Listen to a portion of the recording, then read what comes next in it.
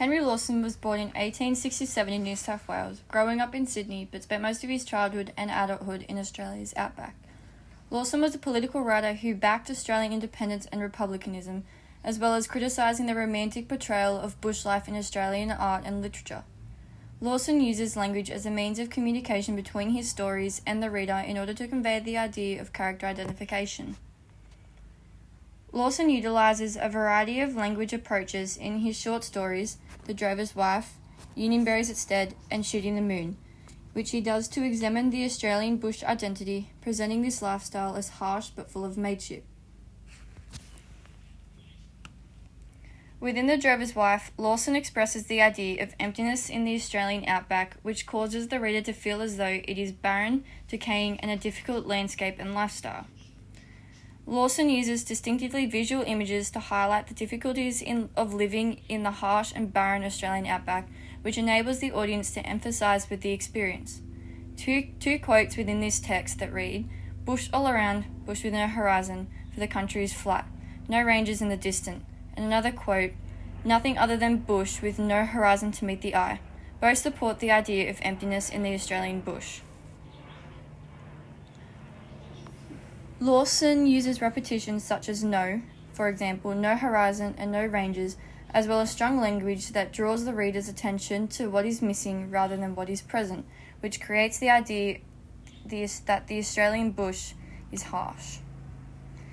In The Drover's Wife, Henry Lawson also demonstrates the woman's resilience by offering the reader insight into how she has battled and conquered the adversities that the Australian bush brings.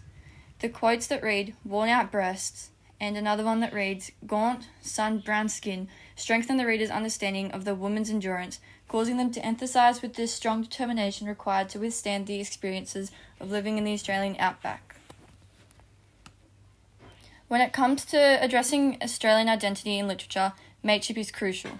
Mateship is a significant subject in Lawson's short story, Shooting the Moon, which centres on a special relationship between two men, Jack Mitchell and the narrator. Around a fire, Jack and the narrator have a conversation about stories they've experienced. In this case, Jack shares his story about his late friend Tom, which the conversation goes as follows. "Yes, Tom could fight. And did you travel along with him after that?" 10 years. "And where is he now?" "Dead." The talk ends abruptly, signalling that Jack is uncomfortable expressing emotion in the death of his late companion, who together he spent 10 years travelling the Australian outback with.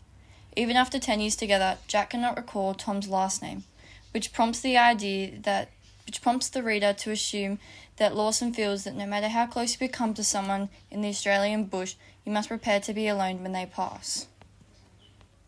Lawson uses emotion as a central topic in several of his works.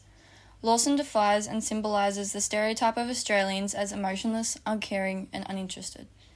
In the short story, The Union Buries Its Dead, a group of union members gather for a funeral for a man they didn't know, but whom was a part of the same union.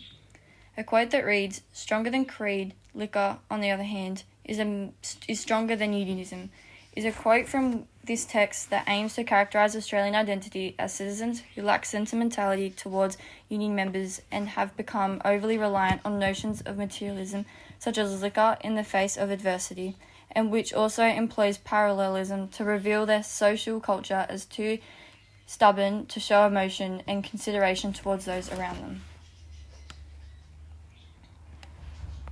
Drinking alcohol, rather than being associated with Australian identity, is a universal concept of Australian culture and identity now and in the 19th century.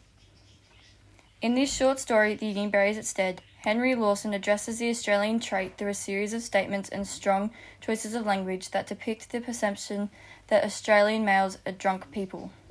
A quote that reads, "Drunk, very drunk," and another, "Whilst waiting for the hearse, a funeral gathering at a corner bar asked each other to have a drink," which are two quotes that employ the repetition technique to emphasise the word drunk in order to reinforce the image that men in Australian outback drink excessively and find any excuse to do so.